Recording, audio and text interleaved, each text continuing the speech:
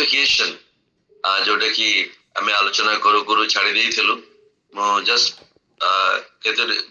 अल्प टिके इंट्रोडक्शन देला परे मो बाकी रेस्ट ऑफ द थिंग्स को शेष करिया को चाहे तो धार्मिक गणना आमे किंती भाबरे जस्टिफाई हेथो सिंपल कथा रे दुटा कथा अछि क्षमा आ गोटे क्षमा पाइबा आ गोटे धार्मिक गणना करिबा ए दुटा टिके टिके टिके डिफरेंस रही फॉरगिवनेस और जस्टिफिकेशन तो बेस पार्थक्य रही अनेक समय माने दोष मुक्त जो कहा जाए ओडिया दोष मुक्त तार अर्थ है धार्मिक घोषणा करवा ईश्वर निकट रे एटा गोटे विराट समस्या थिला कारण से न्यायवान एवं पवित्र परमेश्वर एवं से उद्धारकर्ता पापीर पाप को क्षमा न करिबा एवं पाप को दंडनीय घोषणा न करिबा इटा तांको पाखरे अत्यंत कठिन विषय थिला किंतु पापी मनुष्य किपरि मुक्त हेबे बा तांको किमती मुक्त करा जीव आउ से किमती भाबरे संपूर्ण भाबरे दोष मुक्त हेबो एवं धार्मिक गणित हेबो इटा ईश्वरंकर पाखरे अत्यंत गुरुत्वपूर्ण विषय थिला कारण लेखा अछि जे प्राणी पाप करे से निश्चय मरिबो मृत्युदंड तांको दाबी करे फिजिकल रे लेखा अछि आउ परमेश्वर बा प्रभु यीशु अनुग्रह तांकर प्रेम गुण रे पापी दोष मुक्त हेई थाए तांकर अनुग्रह रे तांकर दया रे आ पापी जेते बेले रियलाइज करे जने मनुष्य रियलाइज करे जे से भूल करिसंती आ सेराकु से अनुताप सहकारे प्रभु निकट रे अनुताप रिपेंट अनुताप सहकारे जेते से फेरी आसे क्षमा भिक्षा करे एवं स्वीकार करे कन्फेस करे ताको मुहरे आ सेते बेले एवं विश्वास करे तांकर मृत्युदंड को तांकर प्रायश्चित को निज जीवन से मानि निए ग्रहण करे तांकर रक्त धौत हुए आ सेते बेले से निर्दोष बा पवित्र बा सूची हुए तमाने नुहे जैसे आउ भूल करिबने तमाने नुहे आउ थोड़े से क्षमा मागिबो नै किंतु जेमती जस्ट गत थर कहिथिले जस्टिफिकेशन वन्स जीवन रे थरे धार्मिक गणित हबो से तारपरे चालू चालू भूल विभिन्न काम करू करू धार्मिक जीवन रे जागतिक जीवन रे अनेक प्रकार ट्रायल एंड टेम्पटेशन ताको जीवन आसीबो भूल रे पड़ी जाई पारे किंतु ताको पाखरे गोटे जो विश्वास को चाबी अछि जे पढ़िले भी से आउथरे उठिबो एवं से प्रभु निकट रे जे फेरी आसीबो क्षमा मागिबो आ से निश्चय आउथरे सूची पवित्र हबो तो जस्टिफिकेशन वन्स धार्मिक गणना वन्स किंतु सैंटिफिकेशन इट्स ए प्रोसेस प्रतिदिन प्रति मुहूर्त रे आ से निश्चय सदा सर्वदा निजको पवित्र रखिया को चेष्टा करिबो बा करिबा उचित एटा अछि प्रारंभिक इंट्रोडक्शन थिला तो आज मो ए जो डेफिनेशन भूमिका तातो आगु को जीवी धार्मिक गणना बा जस्टिफिकेशन ता कोन जेपरि कहले ईश्वरक सम्मुख रे धार्मिक गणित हेबा जने दोषी बा जने पापी मनुष्य यीशु ख्रीष्टଙ୍କ ठारे सेतेबेले धार्मिक गणित हुए ख्रीष्टଙ୍କର धार्मिकता रे ईश्वर तंको सिद्ध बोली देखंती त्राणकर्ता कठारे पापी को से धार्मिक बोली देखंती मो प्रणव मुखर्जी यदि प्रभु मते देखिबे मो मध्य अनेक प्रकार दुर्बलता रे अनेक प्रकार मंदता रे परिपूर्ण से जीवन देखिबे किंतु जेतेबेले मो ख्रीष्ट यीशु को तांकर अटोनमेंट को तांकर सैक्रिफाइस को तांकर प्रायश्चित को मो जीवन रे मु मानि नै स्वीकार करछि विश्वास द्वारा ताले तांकर ରକ୍ତରେ ମୁଁ ଯେ ଧୌତ ହେଇଛି, ଯୋଉ ବସ୍ତ୍ର ପତି ସେ ପିନ୍ଧେଇଛନ୍ତି, ଯେତେବେଳେ ଈଶ୍ୱର ଦେଖିବେ ସେ ପ୍ରଭୁ ଯୀଶୁଖ୍ରୀଷ୍ଟଙ୍କର ବସ୍ତ୍ରକୁ, ଆଉ ସେ ମତେ ଧାର୍ମିକ ବୋଲି ସେ ଗଣନା କରିବେ, ତାଙ୍କର ଦୋଷ ମୁକ୍ତ ବୋଲିକିରି ଗଣନା କରିବେ। ଈଶ୍ୱରଙ୍କର ଏଇ ନ୍ୟାୟୋଚିତ କାର୍ଯ୍ୟ ଯଦ୍ୱାରା ଖ୍ରୀଷ୍ଟଙ୍କ ଠାରେ ବିଶ୍ୱାସ କରୁଥିବା ସମସ୍ତେ ତାହାଙ୍କ ଦୃଷ୍ଟିରେ ଧାର୍ମିକ ଗଣିତ ହୁଅନ୍ତି, ଆଉ ହେବେ ମଧ୍ୟ, ଏବଂ ଦୋଷ ଓ ଦଣ୍ଡରୁ ମଧ୍ୟ ମୁକ୍ତ ହୁଅନ୍ତି। ରୋମିଓ 4:3 ଆମେ ଦେଖୁଛୁ ଅବ୍ରାହମ ଈଶ୍ୱରଙ୍କ ଠାରେ ବିଶ୍ୱାସ କଲେ, ଆଉ ତାହାଙ୍କ ପକ୍ଷରେ ତାହା ଧାର୍ମିକ ଗଣିତ ବୋଲିକିରି ଗଣନା କରାହେଲା। ରୋମିଓ 4:5 ମଧ୍ୟ ଆମେ ଦେଖୁଛୁ ଯେ ଖାଲି ବିଶ୍ୱାସ କଲେ ତାହା ନୁହେଁ, ସେଇ ଅନୁସାରେ ସେ କର୍ମ ମଧ୍ୟ କଲେ। ଯେ କର୍ମ ଉପରେ ନିର୍ଭର ସେ କର୍ମ ଉପରେ ନିର୍ଭର କରେ ନାହିଁ, ମାତ୍ର ଅଧାର୍ମିକତାରୁ ଧାର୍ମିକ ବୋଲି ଯେ ଗଣନା କରନ୍ତି ତାହାଙ୍କ ଠାରେ ବିଶ୍ୱାସ କରେ, ସେ ତାହାଙ୍କ ପକ୍ଷରେ ତାହା ବିଶ୍ୱାସ ଧାର୍ମିକତା ବୋଲି ଗଣିତ ହୁଏ। ଦ୍ୱିତୀୟ ବିଷୟ ପାପ କ୍ଷମା ଏବଂ ଏହାର ଦୋଷମୁକ୍ତ ଓ ଦଣ୍ଡର ଦୂରୀକରଣ। ପବିତ୍ର ପରମେଶ୍ୱର ଯେତେବେଳେ ଆମକୁ ଧାର୍ମିକ ବୋଲି ଗଣନା କରନ୍ତି, ଆମକୁ କ୍ଷମା କରନ୍ତି, ଏଇଟା ଗୋଟେ କ୍ଷୁଦ୍ର ବିଷୟ ନୁହେଁ। ଜଣେ ମନୁଷ୍ୟ ପାପରୁ କ୍ଷମା ପାଇବା, ଜଣେ ମନୁଷ୍ୟକୁ ସବୁଦିନ ପାଇଁ ଧାର୍ମିକ ବୋଲି ଘୋଷଣା କରିବା ଏଟା କ୍ଷୁଦ୍ର ବିଷୟ ନୁହେଁ। ଈଶ୍ୱର ପ୍ରକୃତ ଭାବରେ ତାଙ୍କର ସୃଷ୍ଟି ମନୁଷ୍ୟକୁ କ୍ଷମା କରିବା ପାଇଁ, ତାଙ୍କର ଅପରାଧକୁ ମାର୍ଜନା କରିବା ପାଇଁ,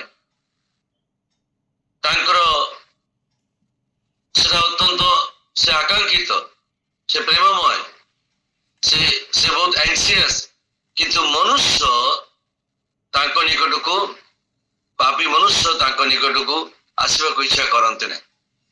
ତାଙ୍କର ନିଜ ଜ୍ଞାନ ବୁଦ୍ଧି ବା ବଳ ନାନା ପ୍ରକାର ଶିକ୍ଷାଗତ ଯୋଗ୍ୟତା ଉପରେ ନିର୍ଭର କରି ସେ ନିଜକୁ ଅହଙ୍କାରରେ ସେ ଗର୍ବ ହେଇକି ରହନ୍ତି, ଯାହା ଫଳରେ ସେ କ୍ଷମା ପାଇପାରନ୍ତି ନାହିଁ। କିନ୍ତୁ ଯେଉଁମାନେ ନମ୍ରତାର ସହିତ ବିଶ୍ୱାସ ସହକାରେ ଆଉ ତାଙ୍କର ଭୁଲକୁ ବୁଝିପାରନ୍ତି ଏବଂ ତାଙ୍କୁ ଉପେକ୍ଷା ନ କରି ଅପେକ୍ଷା କରନ୍ତି ଏବଂ ତାଙ୍କ ନିକଟକୁ ଆସନ୍ତି, ପରମେଶ୍ୱର ତାଙ୍କ ପ୍ରତି ଦୟା କରନ୍ତି, ସନ୍ତୁଷ୍ଟ ହୁଅନ୍ତି ଏବଂ ଅଧର୍ମ ସକଳ ଆଉ କ୍ଷମା କରନ୍ତି ବା ଅଧର୍ମ ସକଳକୁ ସେ ଗଣନା କରନ୍ତି ନାହିଁ। ଆଉ ସେମାନଙ୍କର ଯାବତୀୟ ଦୁର୍ବଳତାକୁ ପ୍ରଭୁ କ୍ଷମା କରନ୍ତି, ଯାବତୀୟ ଦୁର୍ବଳତା କ୍ଷମା କରି ଆଉ ତାଙ୍କୁ ସେ ଧାର୍ମିକ ରୂପରେ ଗଣନା କରନ୍ତି ବା ଧାର୍ମିକ ବୋଲି ସେ ଗଣନା କରନ୍ତି, ଦୋଷ ମୁକ୍ତ କରନ୍ତି, ଦଣ୍ଡରୁ ମଧ୍ୟ ରକ୍ଷା କରନ୍ତି। ଏଇଟା ବଡ଼ ଆଶ୍ଚର୍ଯ୍ୟ ବିଷୟ, ମନୁଷ୍ୟ ପାଇଁ ଅତ୍ୟନ୍ତ କଷ୍ଟକର ବିଷୟ। କିନ୍ତୁ ପ୍ରଭୁଙ୍କ ନିକଟରେ ଏଇ ଯେ ସୁନ୍ଦର ବିଷୟଟା ରହିଛି, ଶାନ୍ତ ଫିଲୋଜୋଫର ମାନେ ବା ଶିକ୍ଷିତ ଲୋକମାନେ ତାହାକୁ ବିଶ୍ୱାସ କରିପାରନ୍ତି ନାହିଁ। ସେମାନେ ମନ୍ଦିରକୁ ବା କିଛି ଗୋଟେ ପରିଶ୍ରମ କରିବା ବା ହଜାର ହଜାର ମାଇଲ ତୀର୍ଥ ଯାଇ ଏ ସମସ୍ତ କାମ କଲେ ମୋର ପାପ ମୁକ୍ତ ହବ, ବା ଶରୀରକୁ କଷ୍ଟ ଦେଇ ନାନା ପ୍ରକାର ଭାବରେ ଉପାୟ କଲେ କଷ୍ଟ ଆମର ପାପ ମୁକ୍ତ ହବ, এই ପ୍ରକାର ଚିନ୍ତା କରନ୍ତି।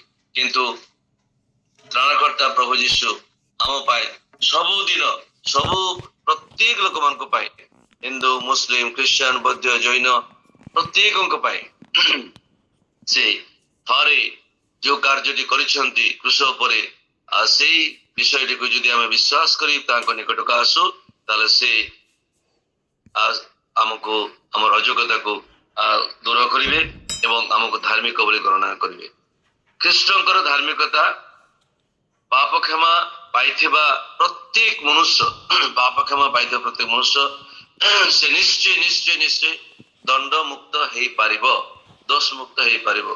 କିନ୍ତୁ ଜାଣି କରି ଯଦି ଆଉଥରେ ସେ ଭୁଲ କରେ ଏବ୍ରିୟ 10:26 ଅନୁସାରେ, ତାହେଲେ ଈଶ୍ୱରଙ୍କର ସେ ଦଣ୍ଡ ପାଇବ, ଈଶ୍ୱରଙ୍କଠାରୁ ସେ ନିଶ୍ଚୟ ଶାସ୍ତି ପାଇବ। କିନ୍ତୁ ଯଦି ରୋମିଓ 3:22 ଅନୁସାରେ ଯୀଶୁ ଖ୍ରୀଷ୍ଟଙ୍କ ଠାରେ ଆମେ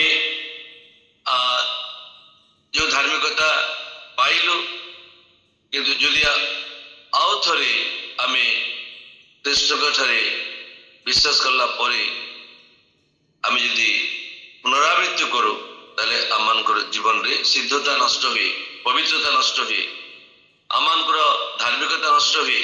କିନ୍ତୁ ଯୋଉ ଧାର୍ମିକତା ରୋପଣ କରାଯାଇଛି ଅର୍ଥାତ୍ ଯୋଉ ଧାର୍ମିକତା ବର୍ଷ ପ୍ରଭୁ ଆମକୁ ଦେଇଛନ୍ତି ତାହାକୁ ଆମେ ନଷ୍ଟ କରିବା ଆମର ଅଧିକାର ନାହିଁ। ଆଉ ଯଦି ଆମେ ନଷ୍ଟ କରୁଛୁ ଅର୍ଥାତ୍ ଆମେ ଯେ ଧାର୍ମିକ ଗଣିତ ହେଇଛୁ ଆମକୁ ସେଇ ବିଶ୍ୱାସରେ ଯୋଉ କର୍ମ କରିବାକୁ ପଡ଼ିବ। ଯଦି ଆମେ ଉତ୍ତମ କର୍ମ ନ କରିକିରି ତାଙ୍କର ତାଙ୍କୁ ପ୍ଲିଜିଂ ନ କରିକିରି ଯଦି ଆମେ ନିଜର ଅଭିଳାଷକୁ ମାଂସିକ ଅଭିଳାଷକୁ ଚରିତାର୍ଥ କରୁଛୁ ତାହେଲେ ନିଶ୍ଚୟ ଆମ ପାଇଁ ଦଣ୍ଡ ରହିଛି, ଆମକୁ ଶାସ୍ତି ଭୋଗ କରିବାକୁ ପଡ଼ିବ। ତ ଏଇ ପାପ କ୍ଷମାର କେତେଗୁଡ଼ିଏ ସର୍ତ୍ତ ଅଛି। ଗୋଟେ ହେଉଛି ବିଶ୍ୱାସ। ଯଦି ମନୁଷ୍ୟ ପାପୀ ମନୁଷ୍ୟ ଯଦି ଆର୍ତ୍ତନାଦ କରେ ନିଶ୍ଚୟ ମନ ପରିବର୍ତ୍ତନ କରେ ଆଉ ତାହେଲେ ନିଶ୍ଚୟ ସେ କ୍ଷମା ପାଇପାରିବ। ପ୍ରଭୁ ଯୀଶୁ ଖ୍ରୀଷ୍ଟଙ୍କ ସେ ହେଉଛି ତ୍ରାଣକର୍ତ୍ତା ପରମେଶ୍ୱର। ଆଉ ତାଙ୍କୁ ଆମେ ଯଦି ଜୀବନରେ ଯେଉଁମାନେ ଆମେ ଗ୍ରହଣ କରିଛୁ ତ୍ରାଣକର୍ତ୍ତା ବୋଲି ନିଶ୍ଚୟ ପ୍ରଭୁ ଗାଲାତୀୟ 2:16 ଅନୁସାରେ ଆମର କ୍ରିୟାକର୍ମ ଦ୍ୱାରା ନୁହେଁ କିନ୍ତୁ ବିଶ୍ୱାସ ଦ୍ୱାରା ସେ ଆମକୁ ଧାର୍ମିକ ଗଣନା କରିଛନ୍ତି। ଅର୍ଥାତ୍ ଆଜି ଆମେ ଯେଉଁମାନେ ପରିତ୍ରାଣ ପ୍ରାପ୍ତ ତାହେଲେ ଆମେ ସମସ୍ତେ ଆମେ ଧାର୍ମିକ ଗଣିତ ହୋଇଅଛୁ। ନେକ୍ସଟ କାମ କ'ଣ? ଆମକୁ ଧାର୍ମିକତାର କାର୍ଯ୍ୟ କରିବାକୁ ପଡ଼ିବ। ତାଙ୍କର ଯୋଉ ଗୁଣ, ତାଙ୍କର ଯୋଉ ଡାଏଟି ବା ତାଙ୍କର ଯୋଉ ସମସ୍ତ ପ୍ରତି ଆମର କର୍ତ୍ତବ୍ୟ ଦାୟିତ୍ୱ ରହିଛି ତାହା ଆମକୁ ସମ୍ପନ୍ନ କରିବାକୁ ପଡ଼ିବ। ପରିତ୍ରାଣ ପାଷ୍ଟ, ପରିତ୍ରାଣ ପ୍ରେଜେଣ୍ଟ, ପରିତ୍ରାଣ ଫ୍ୟୁଚର। ତ ଆମେ ପ୍ରେଜେଣ୍ଟ ଲାଇଫରେ ବର୍ତ୍ତମାନ ଜୀବନରେ ଆମେ ପରିତ୍ରାଣ we have to work out our ସାଲଭେସନର କର୍ମକୁ କରିବା। ପରିତ୍ରାଣ ପାଇଲା ପରେ ଯୋଉ ସମସ୍ତ ସତ୍କର୍ମ ଈଶ୍ୱରଙ୍କ ସତ୍କର୍ମ ସବୁଠୁ ବେଷ୍ଟ ସତ୍କର୍ମ ହେଉଛି କ'ଣ? ଈଶ୍ୱରଙ୍କ ନିମନ୍ତେ ସାକ୍ଷୀ ହେବା, ତାଙ୍କୁ ଗୌରବ ଦେବା, ତାଙ୍କର ଆରାଧନା ଉପାସନା କରିବା ଏବଂ ପ୍ରତିବାସୀକୁ ପ୍ରେମ କରିବା, ଶତ୍ରୁକୁ ପ୍ରେମ କରିବା ଏବଂ ନ୍ୟାୟୋଚିତ ଆମେ କର୍ମ କରିବା। ଏଇଟା ଆମର ନିତାନ୍ତ ଆବଶ୍ୟକ ରହିଛି। ତ ସେଥିପାଇଁ ବର୍ତ୍ତମାନ କାଳରେ ଆମମାନଙ୍କର ଜୀବନରେ ଆମେ ଯୋଉ ପ୍ରକାର ସମସ୍ତ ପରିସ୍ଥିତି ସବୁ ଘଟୁଛି ଆମକୁ ସମସ୍ତ ସଚେତନତାର ସହିତ ସାମାଜିକ ଉନ୍ନୟନ କାର୍ଯ୍ୟରେ ଏବଂ ନିଜ ଆତ୍ମିକ ଜୀବନକୁ ଉନ୍ନତି କରିବା ନିମନ୍ତେ ଯୀଶୁଖ୍ରୀଷ୍ଟଙ୍କ ଠାରେ ଆମମାନଙ୍କୁ ଲାଗି ରହିବାକୁ ପଡ଼ିବ। ଆମର ଧାର୍ମିକତାର ଜୀବନକୁ ବଢ଼ାଇବାକୁ ପଡ଼ିବ। ଆମମାନଙ୍କର ଧାର୍ମିକ ଈଶ୍ୱରଙ୍କର ଚରିତ୍ରକୁ ଆମମାନଙ୍କ ଜୀବନରେ ଲୋକମାନେ ଯେମିତି ଦେଖିପାରିବେ। ରୋମିଓ 4:5 ଲେଖା ଅଛି, କିନ୍ତୁ ଯେ କର୍ମ ଉପରେ ନିର୍ଭର କରେ ନାହିଁ ମାତ୍ର ଅଧାର୍ମିକକୁ ଧାର୍ମିକ ବୋଲି ଯିଏ ଗଣନା କରନ୍ତି ତାଙ୍କଠାରେ ବିଶ୍ୱାସ କରେ ତାହା ପକ୍ଷରେ ତାହାର ବିଶ୍ୱାସ ଧାର୍ମିକତା ବୋଲି ଗଣିତ ହୁଏ। ତ ସେଥିପାଇଁ ଅବ୍ରାହମ ଖାଲି ବିଶ୍ୱାସ କଲେ ତାହା ନୁହେଁ କିନ୍ତୁ ଧାର୍ମିକତାର କାର୍ଯ୍ୟକୁ ମଧ୍ୟ ସେ କଲେ। ଇସାହାକ ପ୍ରଭୁ ଯେତେବେଳେ କହିଲେ ଇସାହାକକୁ ତାର ଗୋଟେ ମାତ୍ର ସନ୍ତାନକୁ ତାଙ୍କ ନିକଟରେ ସାକ୍ରିଫାଇସ୍ କର ଆଉ ସେ ତାଙ୍କର ବାଧ୍ୟ ହେଇକିରି ସେ କରିବାକୁ ଯାଉଥିଲେ। ବଡ଼ ଆଶ୍ଚର୍ଯ୍ୟ ବିଷୟ। ଏବଂ ପ୍ରଭୁ ତାଙ୍କୁ ଆମେ ଜାଣୁ ସେ କଥା ଯେ ପ୍ରଭୁ ତାଙ୍କୁ ଅବ୍ରାହମ ତମେ ଏଇ କାର୍ଯ୍ୟ ତୁମେ କର ନାହିଁ, ତୁମର ଏଇ ବାଧ୍ୟତା ପାଇଁ ସେ ଖୁସି ହେଲେ। ପ୍ରଭୁ ତାଙ୍କୁ ଧାର୍ମିକ କଲେ। ଧାର୍ମିକତା ଈଶ୍ୱରଙ୍କର ଦ୍ୱାରା ହିଁ ହୁଏ ଆଉ ସେଟା କେବଳ ସେ ହିଁ କରିପାରନ୍ତି। କୌଣସି ପ୍ରକାର କ'ଣ ମହାପୁରୁଷ ନୁହେଁ ବା ଆମ କ୍ରିୟାକର୍ମ ଦ୍ୱାରା ନୁହେଁ କି ଆମେ ଅର୍ଜି ପାରିବା ନାହିଁ। ଯେମିତି ରେସ୍ପେକ୍ଟ ଆମକୁ ଆର୍ନ କରିବାକୁ ହୁଏ ସେମିତି ଧାର୍ମିକତା ଆମକୁ ପ୍ରଭୁଙ୍କ ଠାରେ ନିଜକୁ ସମର୍ପଣ କଲେ ଯାଇକିରି ପାପ ସ୍ୱୀକାର କଲେ ଯାଇକିରି ଆମେ ଅନୁତାପ କଲେ ଯାଇକିରି ତ ଈଶ୍ୱରଙ୍କ ଦ୍ୱାରା এই କାର୍ଯ୍ୟ ସମ୍ପନ୍ନ ହୁଏ। କୌଣସି ମନୁଷ୍ୟ ଦ୍ୱାରା ନୁହେଁ, ଈଶ୍ୱରଙ୍କ ଦ୍ୱାରା এই କାର୍ଯ୍ୟ ସମ୍ପନ୍ନ ହୁଏ। ଏବଂ ଧାର୍ମିକତା ଯୋଉ ଜଷ୍ଟିଫିକେସନ ଆଉ ସେତେବେଳେ ଆମ ଜୀବନରେ କାର୍ଯ୍ୟକାରୀ ହୁଏ ଯେତେବେଳେ ସର୍ବଶକ୍ତିମାନ ପିତା ଆମ ପ୍ରତି ସନ୍ତୁଷ୍ଟ ହୁଅନ୍ତି ଏବଂ ଆମେ ଯେତେବେଳେ ଅନୁତାପ କରୁ এই ବିଷୟ ଯେତେବେଳେ କନଫର୍ମ ହୁଅନ୍ତି ସ୍ୱର୍ଗସ୍ଥ ପିତା ଆଉ ସେତେବେଳେ ସେ ଆମ ଜୀବନରେ କାର୍ଯ୍ୟ କରନ୍ତି। That is only by grace ईश्वर द्वारा हुए एवं ईश्वर अनुग्रह द्वारा अनुग्रह धार्मिकता करना भित्ति मूल उठे। रोमियो 3 अध्याय तार 24 पदरे से माने बिना मूल्य अनुग्रह ख्रीष्ट जीशु जो मुक्ति अच्छी तद्वारा से धार्मिक आम धार्मिक गणित हो। तो बाइबल में विभिन्न जगह ये प्रकार समस्त प्रभुंकर वाक्य रही। तो जस्टिफिकेशन जोटा आम जोटा अनेक मिसअंडरस्टैंडिंग जे कौन जे क्षमा पाप क्षमा और धार्मिक गणना करवा पाप क्षमा ठारो धार्मिक गणना करवा और अधिक विषय तो से आम को ये विषय सतर्क रहा पड़ो जे जस्टिफिकेशन आमे केबे हेले निजर इच्छा ही परिबानी रक्त द्वारा प्रभुंकर से जो रक्त से क्रूस रे देले रक्त द्वारा से आमन को शुचि पवित्र करते। रक्त जदि से बहाई न था रक्त जो दे न था प्रभुर वाक्य अनुसार आम के शुचि हो पार न था। रक्त हूँ भित्तिभूमि रोमियो 5:9 पदरे आम रक्त द्वारा आमको से शुचि पवित्र कले एवं आमको पक्षरे ईश्वर क्रोधरु से आमको रक्षा कले। एवं चतुर्थ विषय पुनरुत्थान द्वारा केमती ना पुनरुत्थान धार्मिक गणनार गोटे अंग।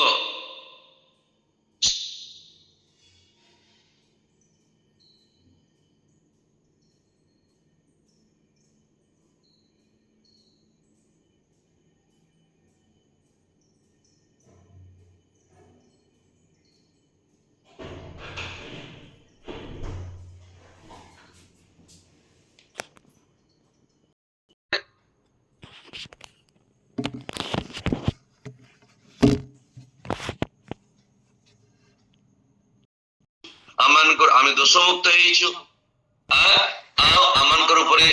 रोमियो 8:1 पद अनुसार कौन दंडांकन नहीं। तो आमने वर्तमान आमन को जो अधिकार दिया जाए आमन को जो कहा जाए से आलोक ईश्वर चरित्र को आमन को जीवन में प्रकाश करने को हम।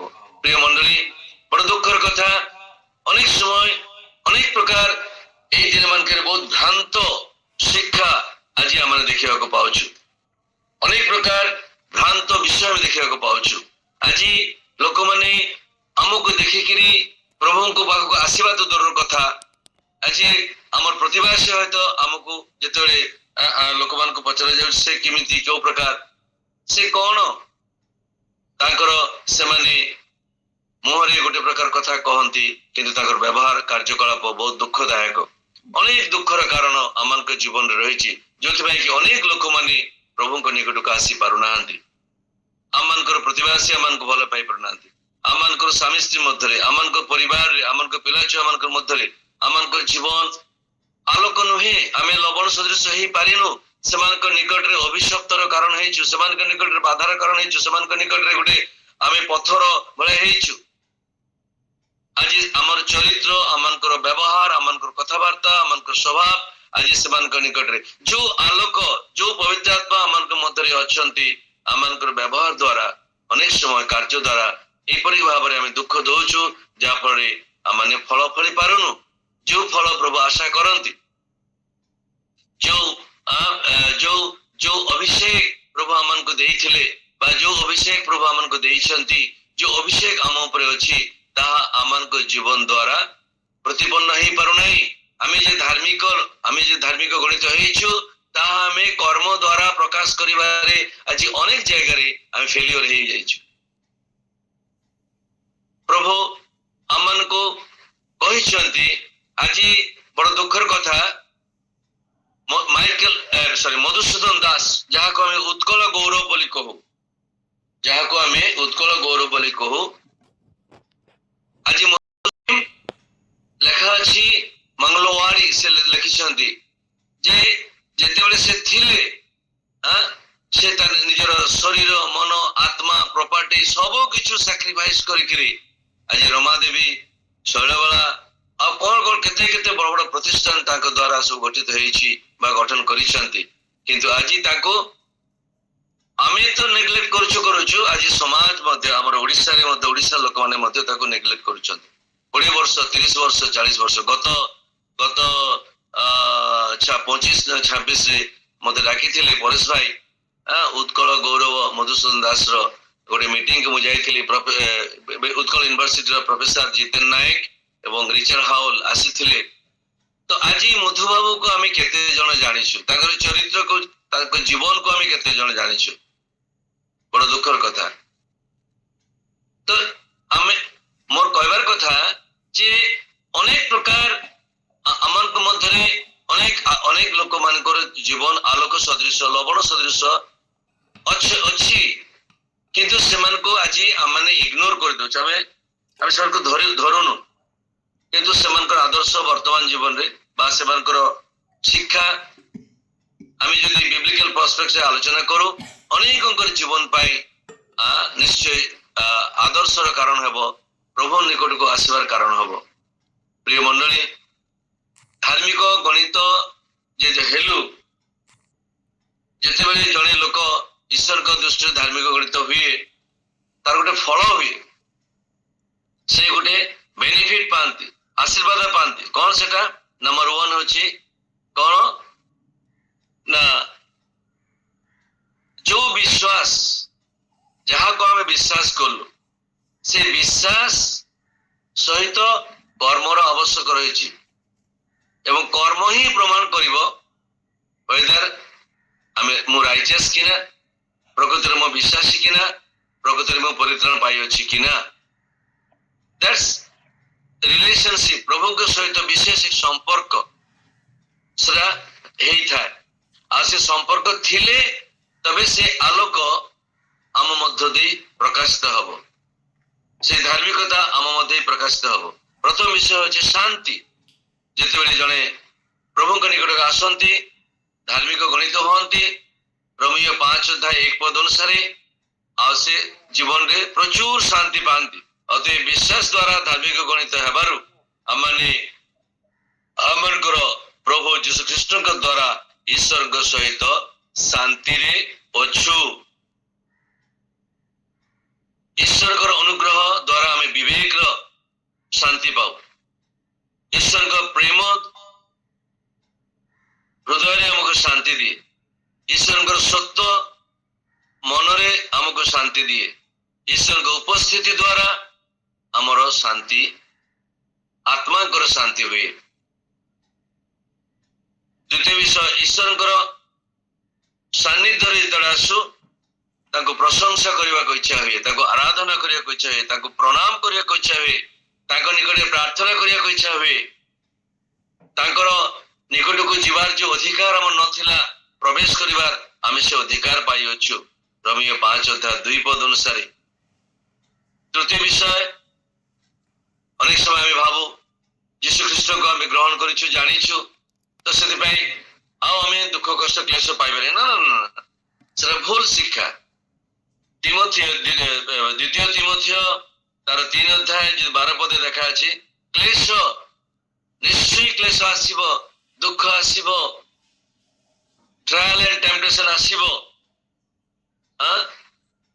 ଲେଖା ଅଛି ଯେ ଏହି ଈଶ୍ୱରଙ୍କ ସହିତ ଶାନ୍ତି ଏବଂ ଏହି ଜଗତରେ କ୍ଲେଶ ସେ ପାଇବେ। ଶାନ୍ତି ଯେପରି ପାଇବେ କିନ୍ତୁ କ୍ଲେଶ ମଧ୍ୟ ପାଇବେ, କାରଣ ପ୍ରଭୁ ଯୀଶୁ ଖ୍ରୀଷ୍ଟ ଯେତେବେଳେ ଜଗତରେ ଥିଲେ ଲୋକ ତାକୁ କଷ୍ଟ ଦେଉଥିଲେ, ଦୁଃଖ ଦେଇଥିଲେ, ସେ ମଧ୍ୟ ସେ ସମସ୍ତ ଉପର ଦେଇ ସେ ମଧ୍ୟ ଯାଇଛନ୍ତି, କିନ୍ତୁ ସେ ଜଗତକୁ ଜୟ କରିଛନ୍ତି। ଆମେ ଯଦି ତାଙ୍କ ନିକଟରେ ନିର୍ଭର କରୁ ସେ ନିଶ୍ଚୟ ଆମକୁ ସେ ସମସ୍ତ ଉପରେ ବିଜୟ ଲାଭ କରିବେ।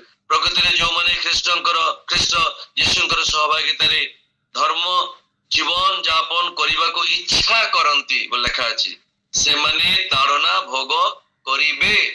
Definitely they have to go through their sufferings. ନିଶ୍ଚୟ ସେ ମଧ୍ୟ ତାଙ୍କ ଯିବାକୁ ପଡିବ। ପ୍ରିୟ ମଣ୍ଡଳୀ, ପ୍ରଭୁଙ୍କୁ ପାଇଲେ ନିଶ୍ଚୟ ଶାନ୍ତି, ଆନନ୍ଦ, ପ୍ରାଚୁର୍ଯ୍ୟତା ରହିଛି, କିନ୍ତୁ ତା ସହିତ ଦୁଃଖ କଷ୍ଟ ରହିଛି। ଏ ଜଗତ ଅନ୍ଧକାରମୟ ଜଗତ। ଆରେ ଏ ଅନ୍ଧକାରମୟ ଜଗତରେ ପ୍ରଭୁ ଆପଣଙ୍କୁ ମତେ ବା ଆମ ମାନଙ୍କୁ ଆଉ ସେ ଧାର୍ମିକ ଗଣନା କରିଛନ୍ତି। Once in the life. কিন্তু এই ধার্মিকতাକୁ বা এই ଧାର୍ମିକକୁ এই ଧାର୍ମିକ ବସ୍ତ୍ରକୁ ଆମେ ଯେପରି ମଳିନ ନ କରୁ, ଆମମାନଙ୍କର ବ୍ୟବହାର ଆମମାନଙ୍କର କୃତ କର୍ମ ଦ୍ୱାରା ଆମେ ଯେପରି ତାକୁ ମଇଳା ନ କରୁ, ଗନ୍ଧିଆ ନ କରୁ, କିନ୍ତୁ ଯୋଉ ବିଶ୍ୱାସ ପ୍ରଭୁ ଆମକୁ ଦେଇଛନ୍ତି, ଯୋଉ ଆଲୋକ ପ୍ରଭୁ ଆମକୁ ଦେଇଛନ୍ତି, ଯୋଉ ଅନୁଗ୍ରହ ଦ୍ୱାରା ଆମେ ପରିତ୍ରାଣ ପାଇଛୁ ବିଶ୍ୱାସ ଦ୍ୱାରା, ଯୋଉ ରକ୍ତରେ ସେ ସୂଚି ଆମକୁ କରିଛନ୍ତି, ସେ ଧାର୍ମିକତାର ଫଳ ଆମକୁ ଫଳିବାକୁ ପଡିବ, ଫଳରେ କାର୍ଯ୍ୟ କରିବାକୁ ପଡିବ। ଖାଲି ପ୍ରଭୁଙ୍କୁ ପାଇକିରି ଦୀପକୁ ଘରେ ମାଚା ତଳେ ଖଟ ତଳେ ଜାଳିକି ରଖିଲେ ହବ ନାହିଁ। ଆମକୁ ଈଶ୍ୱରଙ୍କର ସେଇ ନ୍ୟାୟୋଚିତ କାର୍ଯ୍ୟକୁ, ଧାର୍ମିକ କାର୍ଯ୍ୟକୁ ଯାହା ଆମ ଜୀବନରେ ଘଟିଛି, ସାକ୍ଷ୍ୟ ଦ୍ୱାରା କାର୍ଯ୍ୟ ଦ୍ୱାରା ଆମେ ଅନ୍ୟମାନଙ୍କ ନିକଟରେ ପ୍ରଭୁଙ୍କର ପ୍ରେମକୁ, ସୁସମାଚାରକୁ ପ୍ରକାଶ କରିବାକୁ ପଡିବ। ଆମକୁ ଈଶ୍ୱରଙ୍କର ଆଜି ପ୍ରଭୁ ଯୀଶୁ ଆମମାନଙ୍କ ନିକଟରେ ନାହାନ୍ତି, 12 ଜଣ ଶିଷ୍ୟ ନାହାନ୍ତି, କିନ୍ତୁ ପ୍ରଭୁ ଆଜି ଆମମାନଙ୍କୁ ସେ ଦାୟିତ୍ୱ ଦେଇଛନ୍ତି। ସେ ଆପଣଙ୍କ ନିମନ୍ତେ, ମୋ ନିମନ୍ତେ ଯୋଉ ବେଦନା ପାଇଲେ, ଯୋଉ କଷ୍ଟ ପାଇଲେ, ଯୋଉ ପ୍ରକାର ଭାବରେ ପ୍ରାଣ ଦେଲେ, ଏଇ କାହାଣୀ ଅନ୍ୟମାନଙ୍କ ନିକଟରେ ଆମମାନଙ୍କୁ ଈଶ୍ୱରଙ୍କ ସେଇ ସ୍ୱର୍ଗୀୟ ପ୍ରେମ ଦ୍ୱାରା ପ୍ରକାଶ କରିବାକୁ ପଡିବ। ଯେପରି ସେ ଅନେକଙ୍କ ନିମନ୍ତେ, ଲକ୍ଷ ଲକ୍ଷ ଜନତା ନିମନ୍ତେ, ପ୍ରତ୍ୟେକଙ୍କ ନିମନ୍ତେ ଯେ ପ୍ରାଣ ଦେଇଛନ୍ତି, ଅପରାଧ ତାଙ୍କ ନିକଟରେ କ୍ଷମା ହେଇପାରିବ, ରୋଗ ମୁକ୍ତ ହେଇପାରିବ, ସୂଚି ହେଇପାରିବ, ଆଉ ଦଣ୍ଡରୁ ମୁକ୍ତ ହେଇପାରିବ, ଏ କଥା ଜଣେଇବା ଦାୟିତ୍ୱ ମୋର ଏବଂ ଆପଣ ମାନଙ୍କର। ଖାଲି ବାଳକ ପ୍ରଚାରକ ମାନଙ୍କ ନୁହେଁ, ପ୍ରତ୍ୟେକ ଧାର୍ମିକ ଗଣିତ ହେବା ଲୋକମାନଙ୍କର, ପ୍ରତ୍ୟେକ ବିଶ୍ୱାସୀ ମାନଙ୍କର। ଏବଂ ଆମେ ଆଜି ଯୋଉ ବିଶ୍ୱାସ ଦ୍ୱାରା ରକ୍ଷା ପାଇଛୁ ବା ଧାର୍ମିକ ଗଣିତ ହେଇଛୁ, ରୋମିଓ 5:1 ଅନୁସାରେ, ସେଇଟାକୁ ପ୍ରମାଣ ସ୍ୱରୂପ କର୍ମ ଦ୍ୱାରା ଆମମାନେ ସେଟାକୁ ପ୍ରମାଣ କରିବାକୁ ପଡିବ, କାର୍ଯ୍ୟ ଦ୍ୱାରା ପ୍ରମାଣ କରିବାକୁ ପଡିବ। ଯାକୋବ 2 ଶେଷ ପଦରେ ମୁଁ କଥା କହିବାକୁ ଚାହେଁ, 14 ପଦ ଲେଖା ଅଛି, ହେ ମୋର ଭାଇମାନେ, ଯଦି କେହି ମୋର ଠାରେ ବିଶ୍ୱାସ ଅଛି ବୋଲି କୁହେ କିନ୍ତୁ ତାହାର କର୍ମ ନଥାଏ, ତେବେ ସେଥିରେ କି ଲାଭ? ପ୍ରିୟ ମଣ୍ଡଳୀ, ଆଜି ପ୍ରଭୁ ଯୀଶୁ ଖ୍ରୀଷ୍ଟ ଆମମାନଙ୍କୁ এই କଥା କହୁଛନ୍ତି ଲୁକ୍ ତାର 18:13 ଏବଂ 14 ପଦରେ, ଯେ ଆମମାନେ ଯୋଉ ପାପୀ ଥିଲୁ, ପ୍ରଭୁ ଆମମାନଙ୍କୁ ଯୋଉ କ୍ଷମା କଲେ, ସେ ଆମମାନଙ୍କୁ ଦୟା କରିଛନ୍ତି, ଧାର୍ମିକ ଗଣନା କରିଛନ୍ତି, ଏବଂ ସେଇ ଧାର୍ମିକ ଯୋଉ ଗଣିତ ହେଇଛୁ, ତାର ସୁକର୍ମ ଦ୍ୱାରା ଏଇ ଜଗତରେ ତାଙ୍କର ଆଲୋକକୁ ପ୍ରକାଶ କରିବା ଦାୟିତ୍ୱ ଆମ ମାନଙ୍କର। ଅନେକ ପ୍ରକାର ତ ଦୁଃଖ ଅଛି, ରହିଛି, କଷ୍ଟ ଅଛି, ରହିବ, କିନ୍ତୁ ଆସନ୍ତୁ ଆମମାନେ ଏଇ ଅନ୍ଧକାର ମଧ୍ୟରେ সেই পবিত্র আলোকକୁ, পবিত্র ଶାନ୍ତିର ସୁସମାଚାରକୁ, ପବିତ୍ର ପାପ କ୍ଷମାର ସୁସମାଚାରକୁ, ପବିତ୍ର ଆତ୍ମାର ସେ ଶକ୍ତିକୁ ଆମେ ଅନ୍ୟମାନଙ୍କ ନିକଟରେ ପ୍ରକାଶ କରୁ, କର୍ମ ଦ୍ୱାରା, ବିଶ୍ୱାସ ଦ୍ୱାରା, ଚରିତ୍ର ଦ୍ୱାରା, ଆଚରଣ ଦ୍ୱାରା, ଉଚ୍ଚାରଣ ଦ୍ୱାରା, ଯେପରିକି ପ୍ରଭୁଙ୍କ ନାମ ଉଚ୍ଚକୃତ ହେବ ଏବଂ ପ୍ରଭୁ ଗୌରବାନ୍ୱିତ ହେବେ, ଏବଂ ପ୍ରଭୁଙ୍କ ନିକଟରେ ଆମମାନଙ୍କର ଅଯୋଗ୍ୟତା ଯେ କ୍ଷମା ହେଇଛି ତାର ପ୍ରମାଣ ସ୍ୱରୂପ ଆମେ କିଛି କାର୍ଯ୍ୟ କରିପାରିବା, ଅନେକଙ୍କ ନିକଟରେ ପରିତ୍ରାଣର, ଆଦର୍ଶର, ଶାନ୍ତିର କାରଣ ହେଇପାରିବା, ମନ ଫେରଣର କାରଣ ହେଇପାରିବା। ଆଉ ପ୍ରଭୁ ଆମମାନଙ୍କୁ ତାର ଆଗମନ ସମୟରେ ଯଥାର୍ଥ ଆମର ବିଶ୍ୱସ୍ତତାକୁ ଦେଖି ସେ ଯଥାର୍ଥ ପୁରସ୍କାର ମଧ୍ୟ ଆମମାନଙ୍କୁ ଦେବେ, ଆମ ପରିବାରକୁ ଦେବେ। ଆଉ ଯାହା ଫଳରେ କି ଆମର ପିଲାମାନେ, ଆମର ଜେନେରେସନ, ସେମାନେ ପୃଥିବୀରେ ବିକ୍ରମଶାଳୀ ହେବେ, ସେମାନେ ଆମଙ୍କର ଗୃହରେ ଧନ, ଐଶ୍ୱର୍ଯ୍ୟ, ଆତ୍ମିକ ସମସ୍ତ ବିଷୟ ବୃଦ୍ଧି ପାଇବ।